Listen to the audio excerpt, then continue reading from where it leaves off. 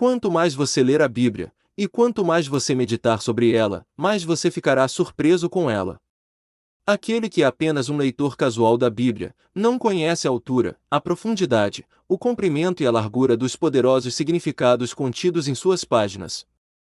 Há certos momentos em que descubro uma nova veia de pensamento, e coloco minha mão na cabeça e digo com espanto: ó, é maravilhoso que eu nunca tenha visto isso antes nas Escrituras. Você verá que as Escrituras se ampliam à medida que você as aprofunda. Quanto mais você as estuda, menos você parecerá conhecê-las, pois elas se ampliam à medida que nos aproximamos delas.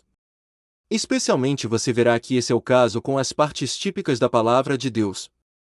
A maioria dos livros históricos pretendia ser tipos de dispensações, experiências ou ofícios de Jesus Cristo. Estude a Bíblia com isso como uma chave, e você não culpará Herbert quando ele a chamar de não apenas o livro de Deus, mas o Deus dos livros. Um dos pontos mais interessantes das Escrituras é sua tendência constante de exibir Cristo, e talvez uma das mais belas figuras sob as quais Jesus Cristo é sempre exibido em Escrituras sagradas, é o Cordeiro Pascal da Páscoa. É de Cristo que estamos prestes a falar esta noite.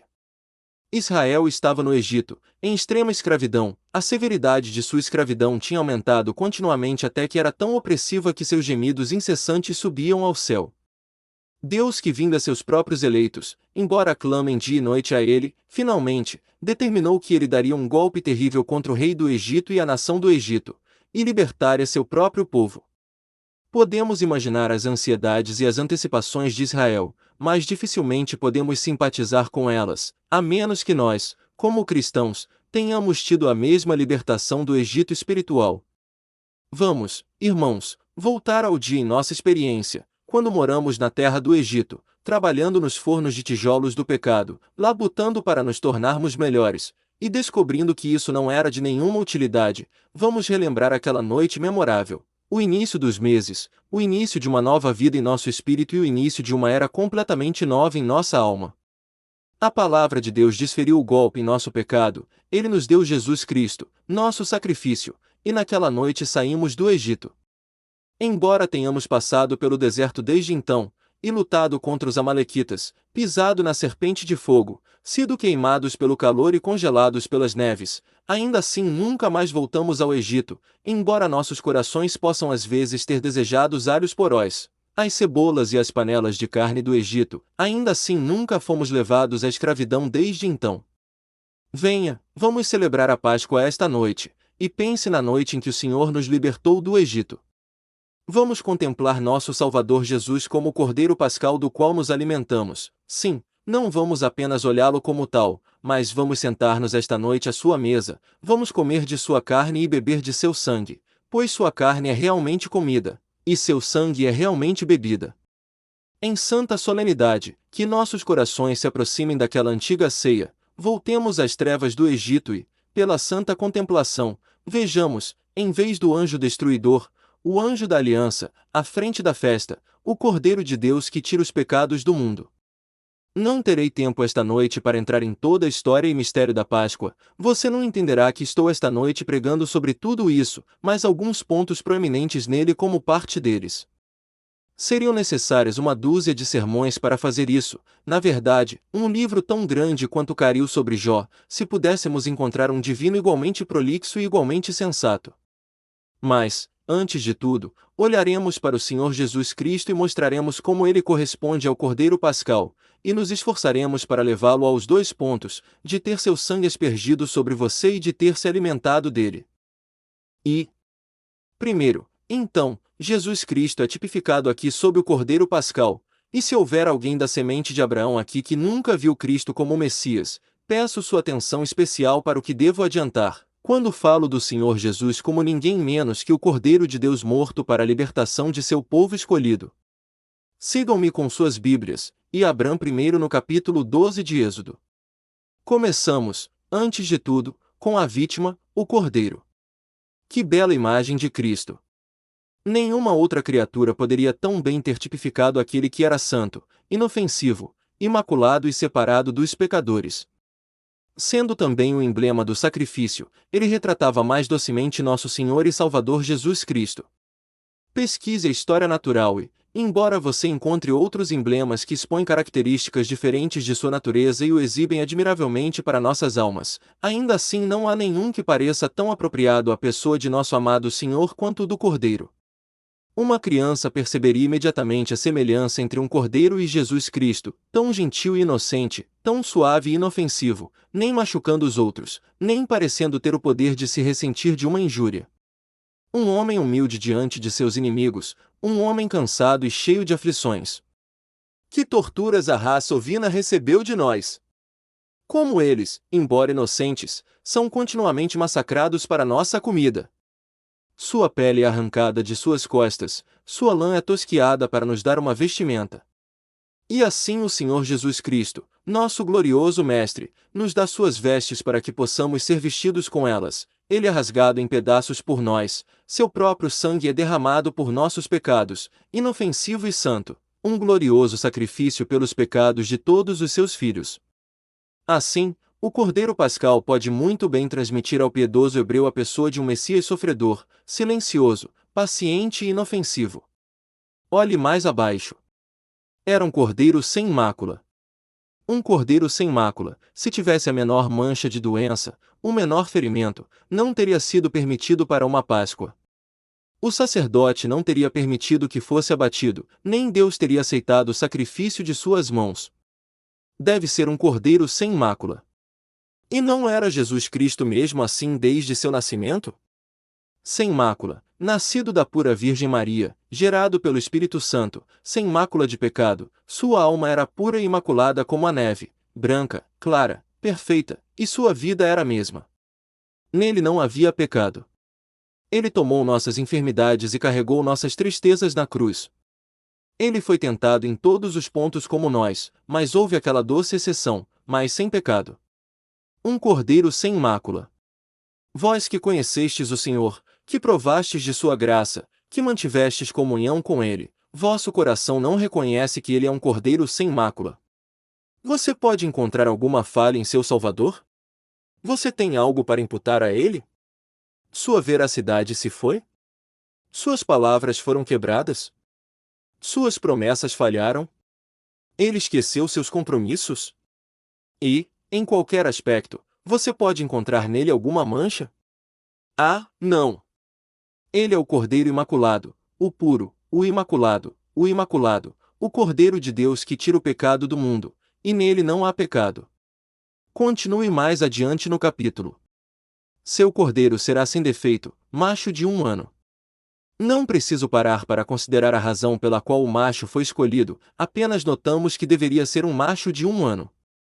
Então ele estava em seu auge, então sua força não estava esgotada, então seu poder estava apenas amadurecido em maturidade e perfeição. Deus não teria um fruto prematuro. Deus não teria oferecido aquilo que não tivesse chegado à maturidade. E assim nosso Senhor Jesus Cristo tinha acabado de chegar à maturidade da masculinidade quando foi oferecido. Aos 34 anos de idade, ele foi sacrificado por nossos pecados. Ele estava então saudável e forte, embora seu corpo pudesse ter sido emaciado pelo sofrimento, e seu rosto mais marcado do que o de qualquer outro homem. Ainda assim ele estava então na perfeição da masculinidade. Acho que o vejo então. Sua bela barba fluindo sobre seu peito, eu o vejo com seus olhos cheios de gênio, sua forma ereta, seu semblante majestoso, sua energia inteira, todo o seu corpo em pleno desenvolvimento, um homem de verdade, um homem magnífico, mais belo que os filhos dos homens, um cordeiro não apenas sem mácula, mas com todos os seus poderes totalmente revelados. Assim era Jesus Cristo, um cordeiro do primeiro ano, não um menino, não um rapaz, não um jovem, mas um homem completo, para que pudesse dar sua alma a nós. Ele não se entregou para morrer por nós quando era jovem, pois não teria dado tudo o que era para ser. Ele não se entregou para morrer por nós quando estava na velhice, pois então teria se entregado quando estava em decadência, mas apenas em sua maturidade, em seu auge. Então Jesus Cristo, nossa Páscoa, foi sacrificado por nós. E, além disso, no momento de sua morte, Cristo estava cheio de vida, pois somos informados por um dos evangelistas que ele clamou em alta voz e entregou o Espírito. Este é um sinal de que Jesus não morreu por fraqueza, nem por decadência da natureza. Sua alma era forte dentro dele, ele ainda era o cordeiro do primeiro ano. Ainda era poderoso, ele poderia, se quisesse, mesmo na cruz, ter destrancado suas mãos de seus ferrolhos, e descendo da árvore da infâmia, ter expulsado seus inimigos atonitos diante dele, como veados dispersos por um leão, mas ele humildemente rendeu obediência até a morte. Minha alma, não podes ver teu Jesus aqui, o Cordeiro Imaculado do primeiro ano, forte e poderoso? E, ó meu coração, o pensamento não se levanta: se Jesus se consagrou a ti quando ele estava assim em toda a sua força e vigor, eu não deveria me dedicar a ele na juventude? E se eu estou na idade adulta, como estou duplamente obrigado a dar minha força a ele? E se eu estou na velhice, ainda devo procurar enquanto pouco resta, consagrar esse pouco a ele? Se ele me deu tudo de si, o que era muito, eu não deveria dar meu pouco de tudo a ele? Eu não deveria me sentir obrigado a me consagrar inteiramente ao seu serviço, a colocar corpo, alma e espírito, tempo, talentos, tudo sobre seu altar.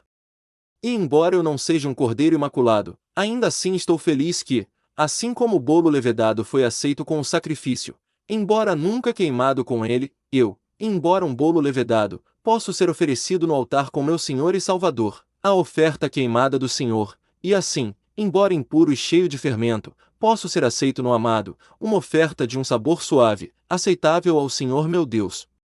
Aqui está Jesus, amado, um cordeiro sem defeito, um cordeiro do primeiro ano. O assunto agora se expande e o interesse se aprofunda. Deixe-me ter sua consideração muito séria sobre o próximo ponto, que muito me gratificou em sua descoberta e que o instruirá na relação. No versículo 6 do capítulo 12 de Êxodo, somos informados de que este cordeiro que deveria ser oferecido na Páscoa deveria ser selecionado 4 dias antes de seu sacrifício e ser mantido separado. No 10º dia deste mês, cada um tomará para si um cordeiro, segundo a casa de seus pais, um cordeiro para cada casa, e se a família for muito pequena para o cordeiro, que ele e seu vizinho mais próximo de sua casa o tomem de acordo com o número das almas, cada um, segundo o que comer, fará a sua conta para o cordeiro. O versículo 6 diz: E o guardareis até o 14º dia do mesmo mês.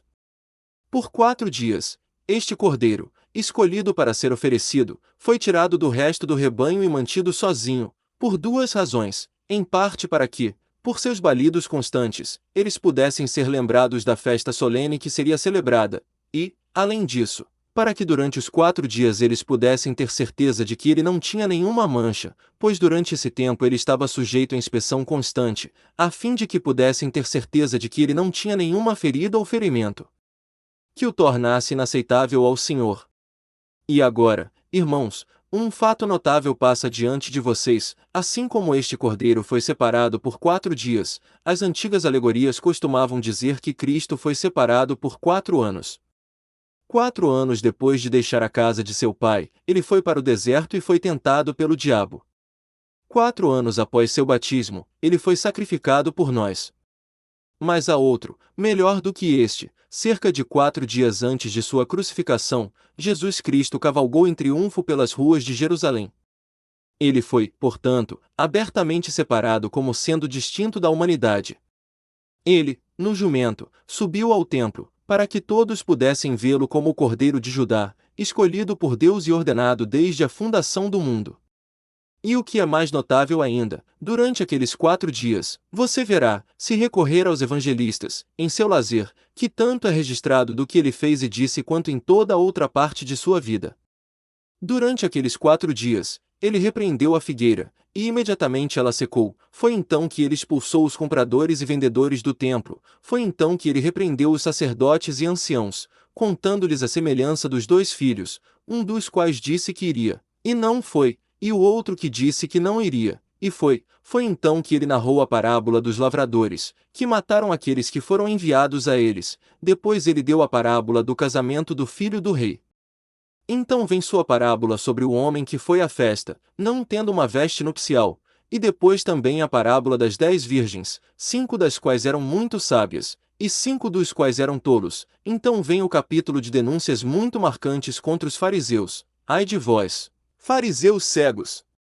Limpai primeiro o que está no copo e no prato, e então também vem aquele longo capítulo de profecia sobre o que deveria acontecer no cerco de Jerusalém, e um relato da dissolução do mundo. Aprendei a parábola da figueira: quando os seus ramos ainda estão tenros e brotam folhas, sabeis que o verão está próximo. Mas não vos incomodarei dizendo aqui que ao mesmo tempo ele lhes deu aquela esplêndida descrição do dia do julgamento, quando as ovelhas serão separadas dos bodes. De fato, as mais esplêndidas declarações de Jesus foram registradas como tendo ocorrido dentro desses 4 dias.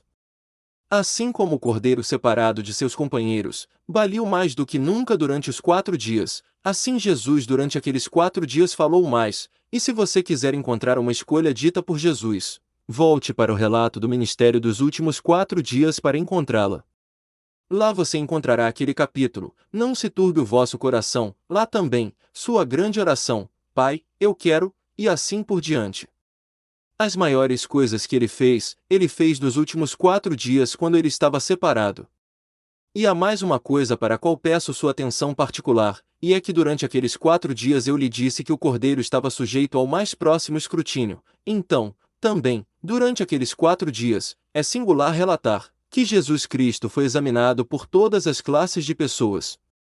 Foi durante aqueles 4 dias que o advogado perguntou a ele qual era o maior mandamento? E ele disse: amarás o Senhor teu Deus com todo o teu coração e com toda a tua alma, e com todas as tuas forças, e amarás o teu próximo como a ti mesmo. Foi então que os herodianos vieram e o questionaram sobre o dinheiro do tributo, foi então que os fariseus o tentaram, foi então, também, que os saduceus o testaram sobre o assunto da ressurreição. Ele foi testado por todas as classes e graus: herodianos, fariseus, saduceus, advogados e o povo comum. Foi durante esses 4 dias que ele foi examinado. Mas como ele surgiu? Um cordeiro imaculado. Os oficiais disseram: nunca homem algum falou como este homem. Seus inimigos não encontraram ninguém que pudesse sequer dar falso testemunho contra ele, como os que concordaram entre si, e Pilatos declarou: não encontro nele falta alguma. Ele não seria apto para o cordeiro pascal se uma única mancha tivesse sido descoberta, mas não encontro nele falta alguma foi a declaração do grande magistrado-chefe, que assim declarou que o cordeiro poderia ser comido na Páscoa de Deus, o símbolo e o meio da libertação do povo de Deus. Ó amados! Vocês só precisam estudar as Escrituras para descobrir coisas maravilhosas nelas, vocês só precisam pesquisar profundamente, e ficarão maravilhados com sua riqueza. Vocês descobrirão que a palavra de Deus é uma palavra muito preciosa. Quanto mais vocês viverem por ela e a estudarem, mais ela será querida por suas mentes. Mas a próxima coisa que devemos marcar é o lugar onde esse cordeiro deveria ser morto, o que peculiarmente estabelece que deve ser Jesus Cristo. A primeira Páscoa foi realizada no Egito, a segunda Páscoa foi realizada no deserto, mas não lemos que houve mais do que essas 2 Páscoas celebradas até que os israelitas chegaram a Canaã. E então, se você voltar para uma passagem em Deuteronômio, o capítulo 16, você verá que Deus não permitiu mais que eles matassem o cordeiro em suas próprias casas, mas designou um lugar para sua celebração.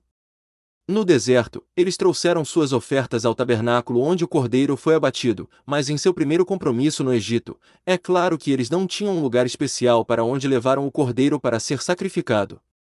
Depois, lemos no 16º de Deuteronômio: e no 5º versículo: não poderás sacrificar a Páscoa em nenhuma das tuas portas, que o Senhor teu Deus te dá, mas no lugar que o Senhor teu Deus escolher para ali fazer habitar o seu nome, ali sacrificarás a Páscoa, ao pôr do sol, na estação em que saíste do Egito.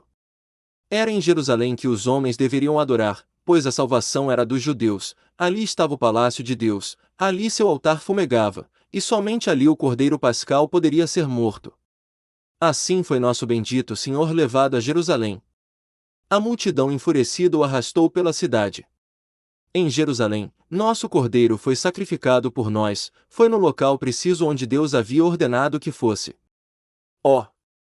Se aquela multidão que se reuniu ao redor dele em Nazaré tivesse sido capaz de empurrá-lo de cabeça para baixo da colina, então Cristo não poderia ter morrido em Jerusalém. Mas como ele disse, um profeta não pode perecer fora de Jerusalém. Então era verdade que o rei de todos os profetas não poderia fazer o contrário, as profecias a respeito dele não teriam sido cumpridas.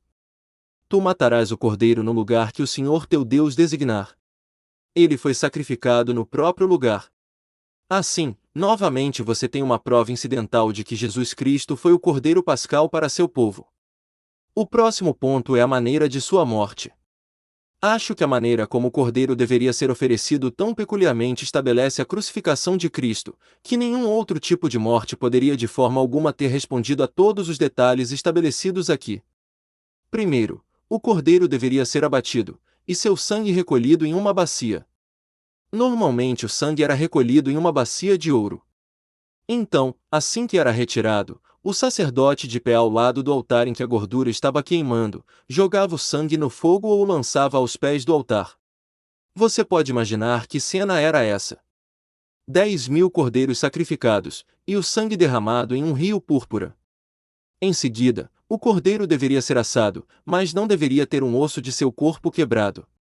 Agora eu digo, não há nada além da crucificação que pode responder a todas essas três coisas. A crucificação tem em si o derramamento de sangue, as mãos e os pés foram perfurados. Tem em si a ideia de assar, pois assar significa um longo tormento, e como o cordeiro ficou por um longo tempo diante do fogo, assim Cristo, na crucificação, ficou por um longo tempo exposto a um sol escaldante, e a todas as outras dores que a crucificação engendra. Além disso, nenhum osso foi quebrado, o que não poderia ter sido o caso com qualquer outra punição. Suponha que tivesse sido possível matar Cristo de qualquer outra forma. Às vezes, os romanos matavam criminosos por decapitação, mas por uma morte assim, o próximo é quebrado. Muitos mártires foram mortos tendo uma espada perfurada através deles, mas, embora isso tivesse sido uma morte sangrenta, e não um osso necessariamente quebrado, o tormento não teria sido longo o suficiente para ter sido retratado pela torrefação. Então, aceite qualquer punição que você quiser, aceite enforcamento, que às vezes os romanos praticavam na forma de estrangulamento. Esse modo de punição não envolve derramamento de sangue, consequentemente, os requisitos não teriam sido atendidos. E eu acho que qualquer judeu inteligente, lendo este relato da Páscoa, e então olhando para a crucificação, deve ficar impressionado com o fato de que a penalidade e a morte da cruz pela qual Cristo sofreu, deve ter tomado todas essas três coisas. Houve derramamento de sangue, o longo sofrimento contínuo, a torrefação da tortura, e então adicionado a isso, singularmente o suficiente, pela providência de Deus nenhum osso foi quebrado, mas o corpo foi retirado da cruz intacto. Alguns podem dizer que a queima poderia ter resolvido o problema, mas não teria havido derramamento de sangue naquele caso, e os ossos teriam sido virtualmente quebrados no fogo. Além disso, o corpo não teria sido preservado inteiro. A crucificação foi a única morte que poderia responder a todos esses três requisitos. E minha fé recebe grande força do fato de que vejo o meu Salvador não apenas como um cumprimento do tipo, mas o único. Meu coração se alegra ao olhar para aquele a quem traspassei, e ver seu sangue, como o sangue do cordeiro, espalhado na minha verga e no meu batente, e ver seus ossos intactos, e crer que nenhum osso de seu corpo espiritual será quebrado no futuro. E regozijar-me também ao vê-lo assado no fogo, porque assim vejo que ele satisfez a Deus por aquela torrefação que eu deveria ter sofrido no tormento do inferno para todo sempre. Cristão.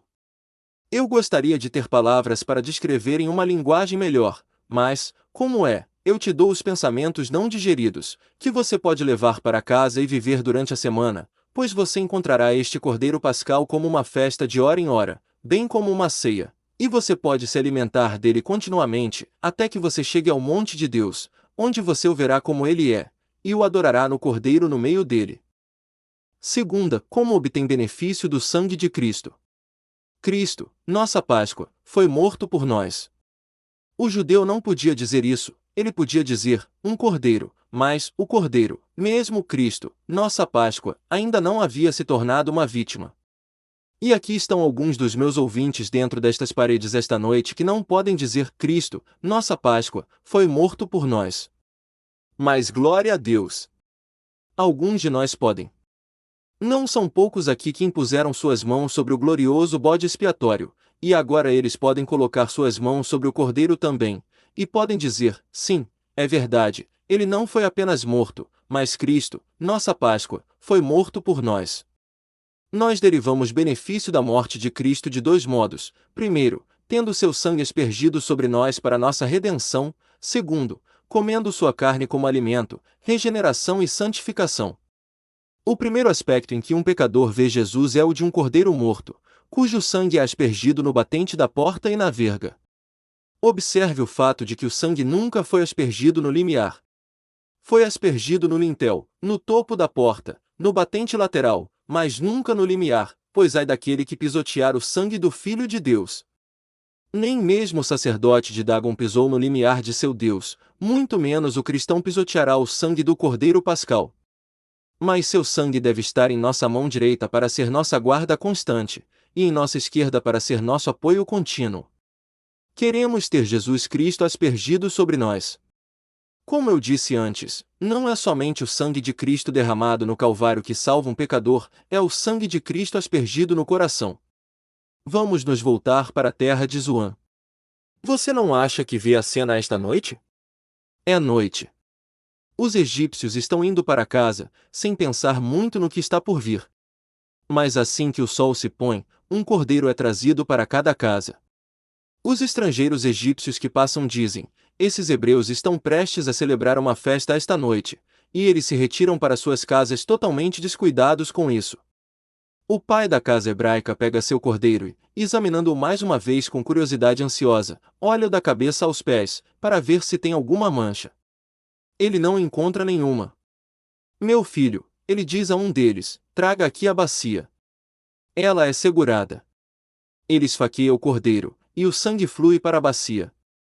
Você não acha que vê o pai, enquanto ele ordena sua esposa matronal a assar o cordeiro diante do fogo? Tome cuidado, ele diz, para que nenhum osso seja quebrado. Você vê sua intensa ansiedade, enquanto ela o coloca para assar, para que nenhum osso seja quebrado. Agora, diz o pai, traga um molho de sopo. Uma criança o traz. O pai o mergulha no sangue. Venham aqui, meus filhos, esposa e tudo, e vejam o que estou prestes a fazer. Ele pega o hisopo em suas mãos, o mergulha no sangue e o borrifa na verga e no batente da porta. Seus filhos dizem: o que você quer dizer com esta ordenança?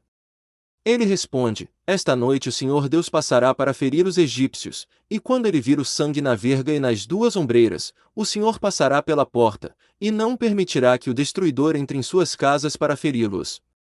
A coisa está feita, o cordeiro está cozido, os convidados estão sentados nele, o pai da família suplicou uma bênção, eles estão sentados para festejar. E observe como o velho cuidadosamente divide junta de junta, para que nenhum osso seja quebrado, e ele é cuidadoso para que o menor filho da família tenha um pouco para comer, pois assim o Senhor ordenou. Você não acha que o vê quando ele lhes diz: é uma noite solene, apressem-se, em outra hora todos nós sairemos do Egito. Ele olha para suas mãos, elas estão ásperas com o trabalho, e batendo palmas, ele grita: eu não serei mais um escravo. Seu filho mais velho, talvez, esteja sofrendo sob o chicote, e ele diz: filho, você recebeu o chicote do capataz esta tarde, mas é a última vez que você o sentirá. Ele olha para todos eles, com lágrimas nos olhos: esta é a noite em que o Senhor Deus os livrará. Você os vê com seus chapéus na cabeça, com seus lombos cingidos e seus cajados nas mãos? É a calada da noite. De repente, eles ouvem um grito. O pai diz: fiquem dentro de casa, meus filhos, vocês saberão o que é em um momento. Agora outro grito, grito sucede grito, eles ouvem lamentos e lamentações perpétuos. Fiquem dentro, diz ele, o anjo da morte está voando para fora. Um silêncio solene está na sala, e eles quase conseguem ouvir as asas do anjo batendo no ar enquanto ele passa pela porta marcada de sangue. Fiquem calmos, diz o Senhor, esse sangue os salvará. Os gritos aumentam. Como um rápido, meus filhos, ele diz novamente, e em um momento os egípcios chegando, dizem: saiam daqui. Saiam daqui. Não somos pelas joias que vocês pegaram emprestado. Vocês trouxeram a morte para nossas casas. Ó, diz uma mãe, vão. Pelo amor de Deus. Vão. Meu filho mais velho está morto. Vão, diz um pai, vão. E a paz vá com vocês. foi um dia ruim quando seu povo entrou no Egito, e nosso rei começou a matar seus primogênitos, pois Deus está nos punindo por nossa crueldade. Ah! Veja-os deixando a terra, os gritos ainda são ouvidos, o povo está ocupado com seus mortos.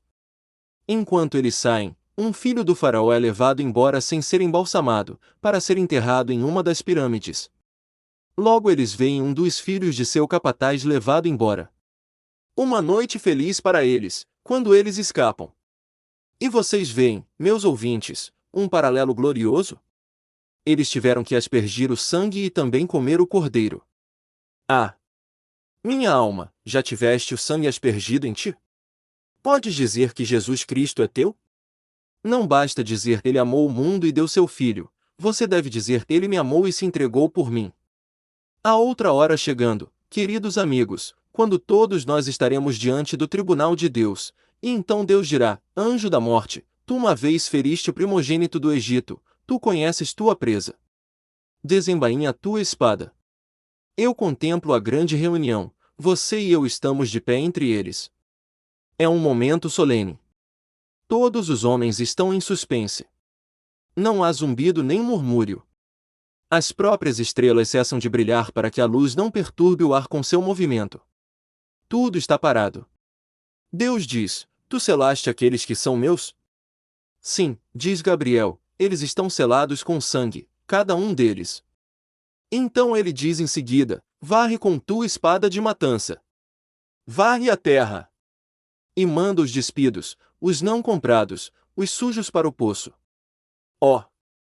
Como nos sentiremos amados, quando por um momento vemos aquele anjo bater suas asas. Ele está prestes a voar, mas a dúvida cruzará nossas mentes, talvez ele venha até mim. Oh! Não, ficaremos de pé e olharemos o anjo diretamente em seu rosto. Ousado ficarei naquele grande dia.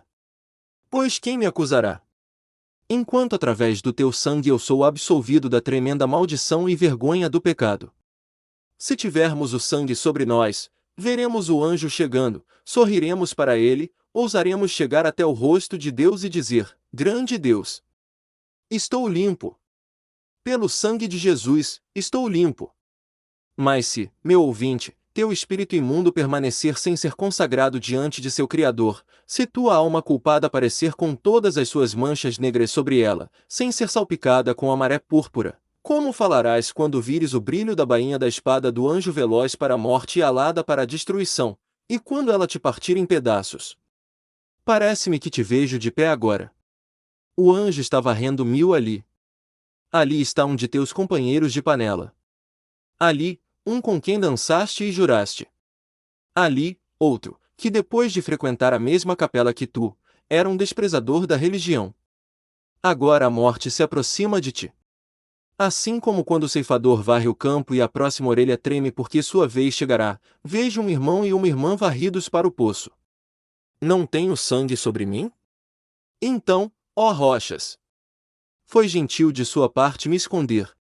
Não tendes benevolência em vossos braços. Montanhas! Deixai-me encontrar em vossas cavernas algum pequeno abrigo. Mas é tudo em vão, pois a vingança rachará as montanhas e abrirá as rochas para me encontrar. Não tenho sangue? Não tenho esperança? Ah! Não! Ele me fere. A condenação eterna é minha porção horrível. A profundidade da escuridão do Egito para ti, e os horríveis tormentos do poço do qual ninguém pode escapar. Ah! Meus queridos ouvintes, se eu pudesse pregar como eu desejasse, se eu pudesse falar com vocês sem meus lábios e com meu coração, então eu os convidaria a buscar aquele sangue aspergido, e os instaria pelo amor de sua própria alma, por tudo que é sagrado e eterno, a trabalhar para que este sangue de Jesus seja aspergido em suas almas. É o sangue aspergido que salva um pecador. Mas quando o cristão recebe o sangue aspergido, isso não é tudo o que ele quer. Ele quer algo para se alimentar. E, ó doce pensamento! Jesus Cristo não é apenas um salvador para os pecadores, mas ele é alimento para eles depois que são salvos. O Cordeiro Pascal pela fé nós comemos. Nós vivemos dele. Vocês podem dizer, meus ouvintes, se vocês têm o sangue aspergido na porta por isto, vocês comem o Cordeiro? Suponha por um momento que um dos antigos judeus tivesse dito em seu coração: eu não vejo a utilidade deste banquete. É muito certo aspergir o sangue na verga da porta ou então a porta não será conhecida, mas de que adianta tudo isso lá dentro? Nós teremos o cordeiro preparado, e não quebraremos seus ossos, mas não comeremos dele. E suponha que ele fosse e guardasse o cordeiro. Qual teria sido a consequência? Ora, o anjo da morte o teria ferido assim como os demais, mesmo que o sangue estivesse sobre ele. E se, além disso, aquele velho judeu tivesse dito: ali, teremos um pedacinho dele, mas teremos outra coisa para comer, teremos um pouco de pão sem fermento, não tiraremos o fermento de nossas casas, mas teremos um pouco de pão com fermento. Se eles não tivessem consumido o cordeiro, mas tivessem reservado um pouco dele, então a espada do anjo teria encontrado o coração tão bem quanto o de qualquer outro homem. Ó, caro ouvinte, você pode pensar que tem o sangue aspergido, você pode pensar que é justo, mas se você não viver em Cristo, bem como por Cristo, você nunca será salvo pelo Cordeiro Pascal. Ah, dizem alguns, não sabemos nada disso. Claro que você não sabe. Quando Jesus Cristo disse: se não comerdes a minha carne e não beberdes o meu sangue, não tereis vida em vós, houve alguns que disseram: esta é uma palavra dura, quem a pode ouvir? E muitos desde então voltaram atrás, e não andaram mais com ele. Eles não conseguiam entendê-lo, mas, cristão, você não entende isso? Não é Jesus Cristo teu alimento diário? E mesmo com as ervas amargas, ele não é alimento doce? Alguns de vocês, meus amigos, que são verdadeiros cristãos, vivem muito em suas estruturas e sentimentos mutáveis, em suas experiências e evidências. Agora, isso está tudo errado. É como se um adorador tivesse ido ao tabernáculo e começado a comer uma das túnicas que eram usadas pelo sacerdote. Quando um homem vive da justiça de Cristo, é o mesmo que comer a vestimenta de Cristo. Quando um homem vive de suas estruturas e sentimentos, isso é tanto quanto se o Filho de Deus vivesse de alguns sinais que recebeu no santuário que nunca foram destinados à comida, mas apenas para confortá-lo um pouco. O que o cristão vive não é a justiça de Cristo, mas Cristo. Ele não vive do perdão de Cristo, mas de Cristo. E de Cristo ele vive diariamente, da proximidade de Cristo. Ó, eu amo a pregação de Cristo. Não é a doutrina da justificação que faz bem ao meu coração, é Cristo, o justificador. Não é o perdão que tanto alegra o coração do cristão, é Cristo o perdoador. Não é a eleição que eu amo tanto quanto o meu ser escolhido em Cristo antes que os mundos começassem. Ai! Não é a perseverança final que eu amo tanto quanto o pensamento de que em Cristo minha vida está escondida, e que uma vez que Ele dá às suas ovelhas a vida eterna, elas nunca perecerão, nem qualquer homem as arrancará de sua mão. Tome cuidado, cristão, para comer o cordeiro pascal e nada mais. Eu te digo, homem, se você comer somente isso, será como pão para você, o melhor alimento da sua alma. Se você vive de qualquer outra coisa além do Salvador, você é como alguém que busca viver de alguma erva daninha que cresce no deserto, em vez de comer o maná que desce do céu. Jesus é o maná. Em Jesus, assim como por Jesus, nós vivemos. Agora, queridos amigos, ao vir a esta mesa, nós guardaremos a ceia pascal. Mais uma vez, pela fé, comeremos o cordeiro, pela santa confiança chegaremos a um Salvador crucificado e nos alimentaremos de seu sangue, justiça e expiação. E agora, para concluir, deixe-me perguntar a vocês: vocês esperam ser salvos, meus amigos? Alguém diz: bem, eu mal sei, espero ser salvo, mas não sei como. Você sabe, você imagina que eu lhe conto uma ficção, quando digo que as pessoas esperam ser salvas pelas obras, mas não é assim, é uma realidade. Ao viajar pelo país, encontro todos os tipos de personagens, mas mais frequentemente com pessoas hipócritas. Quantas vezes encontro um homem que se considera bastante piedoso porque frequenta a igreja uma vez no domingo, e que se considera bastante justo porque pertence ao establishment, como um clérigo me disse outro dia: sou um clérigo rígido. Estou feliz com isso, eu disse a ele: por que então você é um calvinista, se você mantém os artigos? Ele respondeu: eu não sei sobre os artigos, eu vou mais pela rubrica. E então eu pensei que ele era mais um formalista do que um cristão. Existem muitas pessoas assim no mundo. Outro diz: eu acredito que serei salvo. Eu não devo nada a ninguém, eu nunca fui um falido, eu pago a todos 20 shillings por libra, eu nunca fico bêbado. E se eu fizer mal a alguém em algum momento, eu tento compensar dando uma libra por ano para tal e tal sociedade. Eu sou tão religioso quanto a maioria das pessoas, e eu acredito que serei salvo. Isso não vai dar certo. É como se algum velho judeu tivesse dito: nós não queremos o sangue no lintel, nós temos um lintel de mogno, nós não queremos o sangue no batente da porta, nós temos um batente de mogno. Ah! O que quer que fosse, o anjo teria ferido se não tivesse o sangue sobre ele. Você pode ser tão justo quanto quiser, se você não tiver o sangue aspergido, toda a bondade de suas ombreiras e vergas de porta não terá utilidade alguma. Sim, diz outro, não estou confiando exatamente nisso. Acredito que é meu dever ser o melhor que posso, mas então acho que a misericórdia de Jesus Cristo compensará o resto. Tento ser tão justo quanto as circunstâncias permitem, e acredito que quaisquer deficiências que possam haver, Cristo as compensará. Isso é como se um judeu tivesse dito: criança, traga-me o sangue. E então, quando isso foi trazido, ele tivesse dito: traga-me uma jarra de água. E então ele o pegou e misturou, e aspergiu o batente da porta com ele. Ora, o anjo teria ferido tanto quanto qualquer outra pessoa, pois é sangue, sangue, sangue, sangue. Que salva! Não é sangue misturado com a água de nossas pobres obras, é sangue, sangue, sangue, sangue. E nada mais. E o único caminho de salvação é pelo sangue. Pois, sem derramamento de sangue não há remissão de pecado. Tenham sangue precioso aspergido sobre vocês, meus ouvintes, confiem no sangue precioso, deixem que sua esperança esteja em uma salvação selada com uma expiação de sangue precioso, e vocês são salvos. Mas não tendo sangue, ou tendo sangue misturado com qualquer outra coisa, tu estás condenado como estás vivo, pois o anjo te matará, por mais bom e justo que sejas. Vá para casa, então, e pense nisto: Cristo, nossa Páscoa, é sacrificado por nós.